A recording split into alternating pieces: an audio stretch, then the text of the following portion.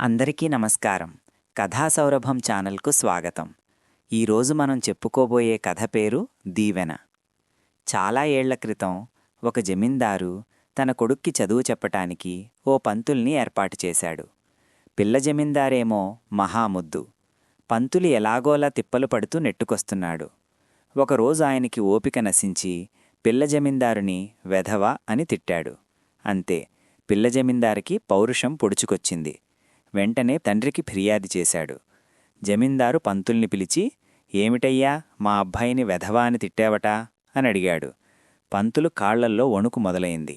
అయినా తమాయించుకుని, అబ్బాయిగారిని తిట్టాలంటే నాకెన్ని గుండెలుండాలి బాబూ, ఆయన్ని దీవించటమే తప్ప తిట్టడం కూడానా అన్నాడు. వెధవా అంటే ఏం దీవెనా అని అడిగాడు జమీందారు. 1000 ఏళ్లు ధనవంతుడివై వర్ధిల్లు అని. అంత పొడుగా అనలేక అలా సంక్షిప్తంగా అన్నాను అన్నాడు పంతులు వినయంగా. జమీందారు సంతోషించి, అలాగా, మంచిది, రోజు ఎన్నిసార్లైనా అలానే దీవించు అన్నాడు.